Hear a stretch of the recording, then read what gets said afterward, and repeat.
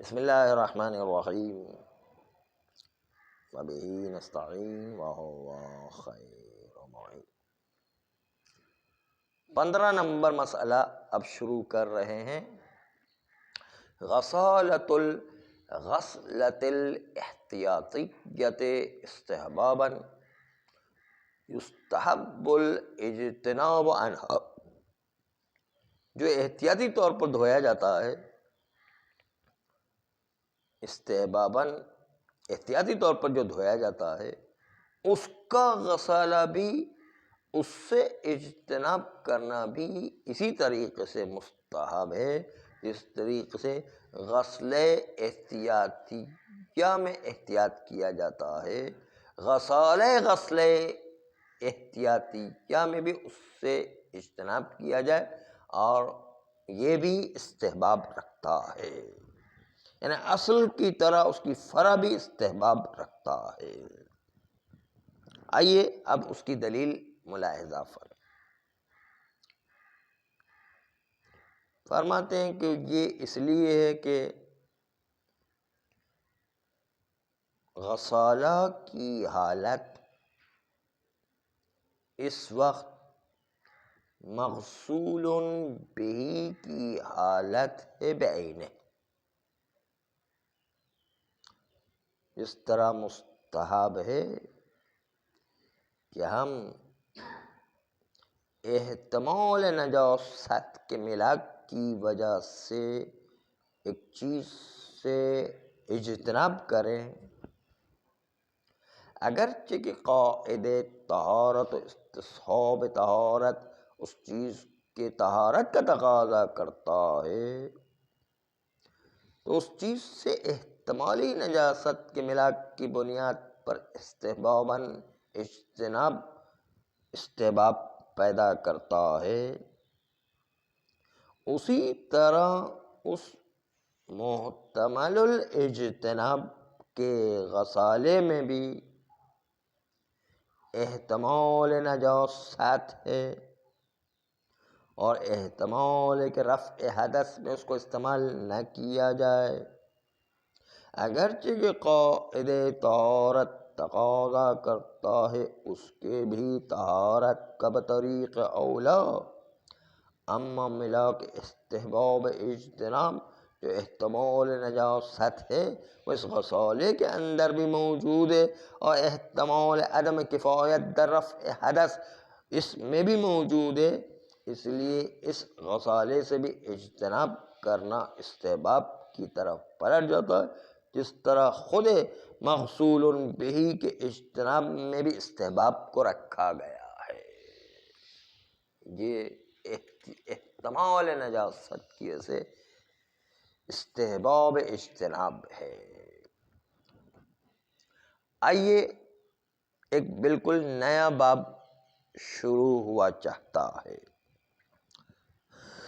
اور وہ نیا باب یہ ہے کہ اگر، بلکہ عبارت صاحب عروہ کی پڑھتے ہیں، فی الماء المشکوک، فصل فی الماء المشکوک، الماء المشکوک نجاستہ طاہر، ماء مشکوک جس کی نجاست مشکوک ہے وہ پاک ہے، الا مع العلم بنجاستہ سابقا، مگر یہ کہ اس پانی کی نجاست سابقاً اس کا علم ہو جائے تو اس کو نجس مانیں گے، وَإِلَّا مشکوک نجاست ہو تو پانی کو پاک مانا جائے گا۔ یہ ایک بات ہو گئی۔ دوسری بات، والمشکوک اطلاقہ لا یجری علیہ حکم المطلق، وہ مشکوک پانی کہ جس کا مطلق ہونا پتہ نہیں ہے، مشکوک مطلق ہونا ہے تو اس پر حکم مطلق جاری نہیں ہوگا۔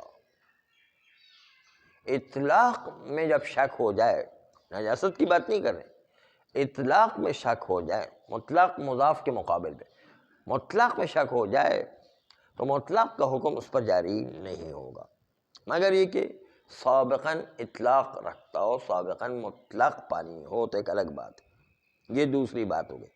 تیسری بات، والمشکوک اباحتہ، وہ پانی کے جس کا مباح ہونا مشکوک ہو، محکوم بالاباحۃ، اس کو مباحی قرار دیا جائے، الا ما سبق ملکیت الغیر، مگر یہ کہ اس پانی کی ملکیت غیر کی پہلے سے معلوم ہو تو ایک الگ مسئلہ ہے۔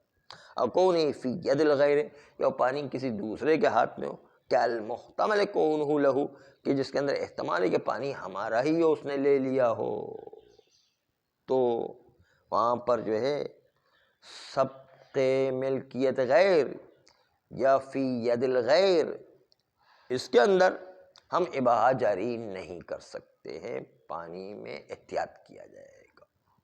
بس تین مسئلے آ گئے، نجاست میں شک، مطلق ہونے میں شک، مباح ہونے میں شک، یہ تین قسم کے شک اس کے اندر جو ہے گفتگو ہے فی الماء المشکوک۔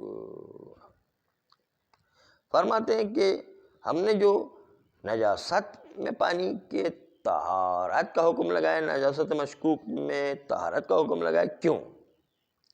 کہتا ہے اس لیے کہ جب تک کہ اس کی نجاست معلوم نہ ہو جائے ولو استصحاب کے ذریعے سے، تب تک اس کو طہارت کا حکم لگائیں گے۔ اور اس پر کئی روایتیں دلالت کرتی ہیں۔ نمبر 1، موثق عمار، کل شیء نظیف حتی تعلم انہ قذر فاذا علمت فقط قذر۔ کہتے ہیں کہ ہر چیز کو آپ پاک مانیں جب تک کہ آپ کو یقین نہ ہو جائے کہ وہ نجس ہو گئی ہے۔ فَإِذَا عَلِمْتَ، جب آپ کسی چیز کی نجاست کو یقین کر لیں، فقط قذر، تو اس وقت صرف وہ نجس ہوگی۔ یہ چونکہ پانی اس کے بارے میں پتہ نہیں ہے، اس کو پاک مانیں گے جب تک کہ یقین بے نجاست نہ ہو۔ یہ پہلی دلیل ہو گئی۔ دوسری دلیل یعنی دوسری روایت، الماء کلہ طاہر، پانی ہر پاک ہے، حتی یعلم انہ قذر، جب تک کہ علم نہ ہو جائے کہ وہ نجس ہو گیا ہے، تب تک ہر پانی کو پاک مانا جائے گا۔ یہ دوسری دلیل ہوگی۔ تیسری دلیل، جمیع وہ روایات جو حجیت استصحاب پر دلالت کرتی ہے، وہ سب کی سب استصحاب بقاء طہارت ماء پر دلالت کرتی ہے، اس ضمیمے کے ساتھ کہ جو ضمیمہ اب آ رہا ہے، جو دلالت کرتا ضمیمہ اس بات کے اوپر کہ پانی کی اصل طہارت ہے، اس پر استصحاب کریں گے، استصحاب بقاء طہارت، ضمیمہ طہارت اصل ماء، اصل در ماء طہارت ہے، اسی کو استصحاب کریں گے، کیوں نجس ہوا ہے نہیں، استصحاب بقاء طہارت ماء۔ یہ تین دلیلیں آپ کے سامنے آئی، اس دلیلوں سے ثابت ہے کہ مشکوک پانی جس کے اندر نجاست کے اندر شک ہو جائے تو اس کو پاک مانا جائے۔ آئیے اب اطلاق پر بحث کرتے کہ اصل مطلق ہے یا مطلق نہیں ہے، تو مطلق نہیں مانا جائے گا۔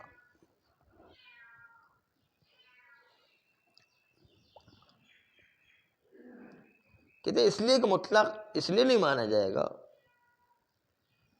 کہ اطلاق مائع و مضاف مائع میں شک بعینہ ہی وہ شک ہے کہ یہ شک ہو جائے کہ پانی ہے بھی یا پانی نہیں ہے۔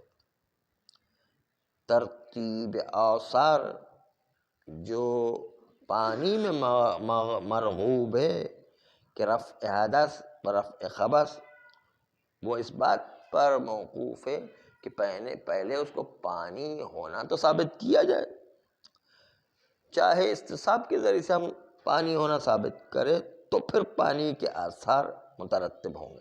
اس طرح مطلق ہے یا مطلق نہیں ہے، پہلے مطلق کو ثابت کیا جائے تب اس کے آثار ہم مترتب کر سکتے ہیں کہ رفع حدث و خبث کر سکتا ہے۔ بس پانی پر آثار رفع حدث و خبث اسی وقت مترتب کریں گے جب اطلاق کا ہونا احراز کر دیں، ثابت کر دیں، تب۔ اب پانی میں دو جہت سے بحث ہے.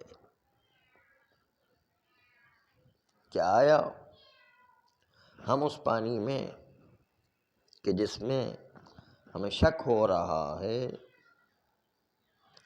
آیا اس میں تصرف کرنے کی اجازت ہے یا نہیں؟ دو جہت بحث یہ ہے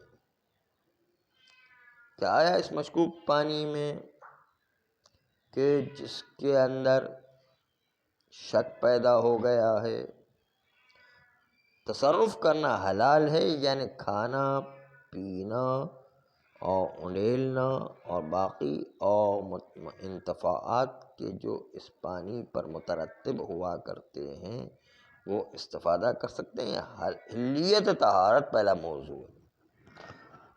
دوسرا موضوع یہ کہ آیا اس کو بیچ سکتے ہیں یا نہیں بیچ سکتے ہیں.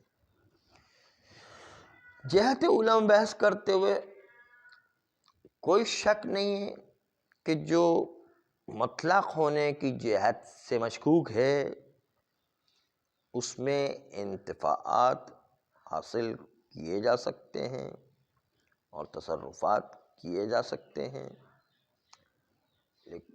کیونکہ روایت کہتے کل شیء لک حلال، ہر چیز آپ کے لیے حلال ہے، حتی تعلم انہ حرام، حتیٰ یہ کہ جب تک حرام ہونا معلوم نہ ہو جائے. اور یہ مشکوک الاطلاق، اس کا حرام ہونا پتہ نہیں ہے، اس لیے اس کو استعمال کیا جا سکتا ہے. جس کی طرف آقائے شیخ مرتضی انصاری نے ذیل تنبیہات براءت میں یوں اشارہ کیا ہے.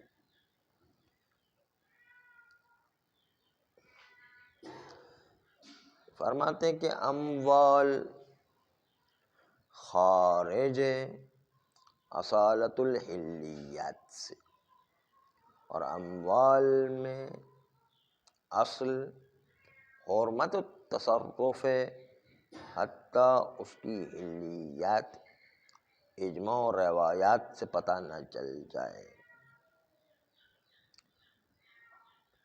اور دوسری بات یہ کہ ہمارے پاس محمد ابن زید تبری کی روایت ہے، لا یحل مال الا من وجہ احلہ اللہ، کسی مال کو بھی حلال نہیں قرار دیا جا سکتا ہے جب تک کہ اللہ اس وجہ سے حلال نہ قرار دے کہ جس کو وجہ بنایا ہو اللہ نے.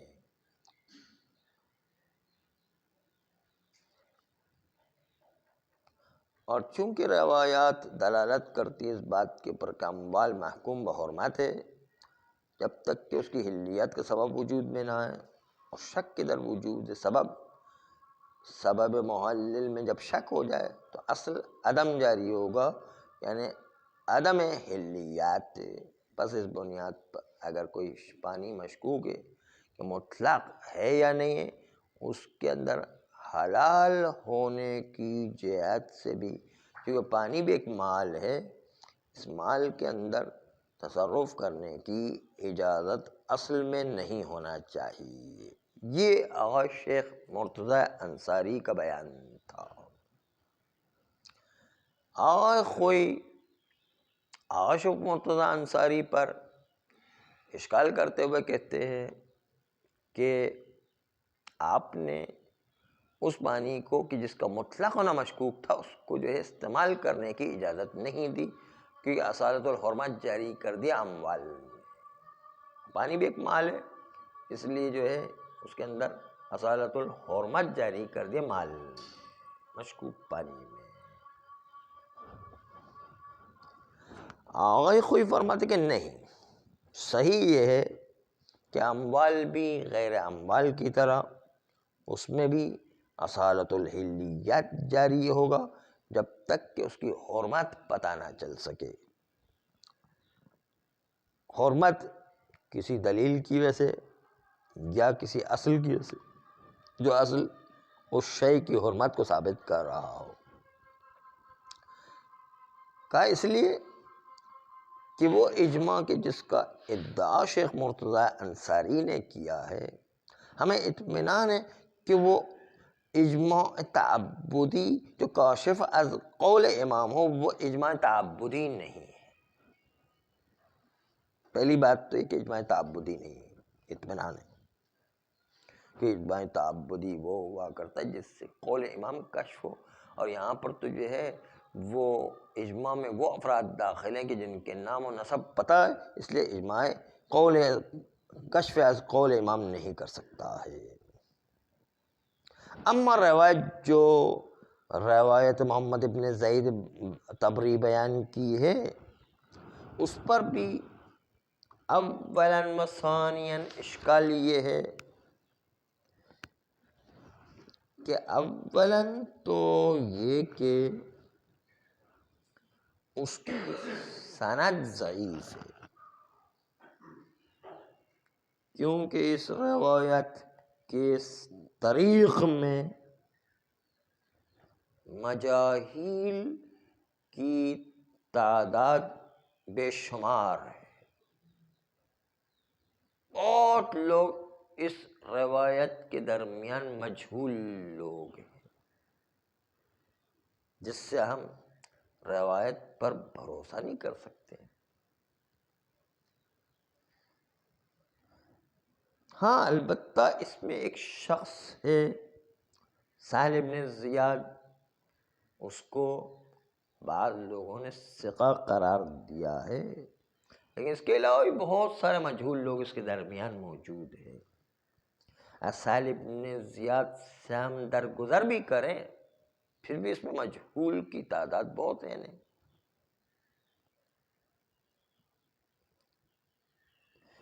اس کے علاوہ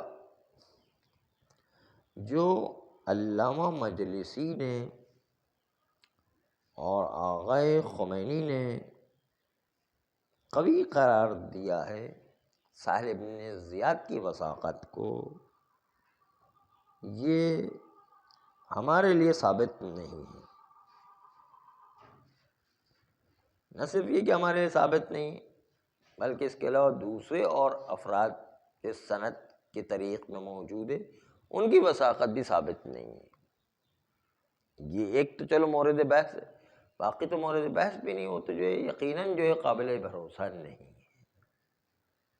اس لیے سند قابل قبول نہیں ہے۔ آئیے اب دلالت پہ گفتگو کرتے ہیں۔ دلالت میں بھی دو جہت سے اشکال وارد ہے کہ روایت مدعا کے لحاظ سے قاصرۃ الدلالت ہے، اپنے مدعا پر دلالت نہیں کر رہی ہے تو کسی اور مطلب پر دلالت کر رہی ہے۔ مدعا یہ تھا شیخ انصاری علیہ رحمہ کا کہ جب مشکوک طہارت نہیں مشکوک الاطلاق ہو، مطلق ہونے کی جہت سے مشکوک ہو، تو چونکہ وہ بھی پانی مال ہے، اور مال کے اندر امام علیہ السلام نے فرمایا کہ انسان کو احتیاط کرنا چاہیے، اس کو حرام اصالۃ الحرمت جاری کرنا چاہیے۔ آغائے خوئی فرماتے ہیں کہ یہ روایت اس مطلب پر دلالت نہیں کر رہی ہے بلکہ کسی اور مطلب پر دلالت کر رہی ہے، اس لیے کہ امام علیہ السلام نے فرمایا لا یحل مال، اگر وہ مطلب کہ جس کو مستدل ادعا کرتے ہیں کہ ہر مال محکوم بحرمت التصرف ہے جب تک کہ اس کی حلیت ثابت نہ ہو جائے، تو ہر مال کا یہاں سائل کے سوال سے ربط نہیں ہے جو امام علیہ السلام سے اس روایت میں کیا گیا۔ سائل کا سوال کسی اور مطلب سے، ہر مال سے تعلق نہیں ہو، ایک خاص مال کی بات کی۔ سائل نے خاص مال کی بات کی اور اس کے امام علیہ السلام نے اس خاص مال کا جواب دیا، ہر مال کو نہیں کہا وہاں پر، ایک خاص مال ہے وہ۔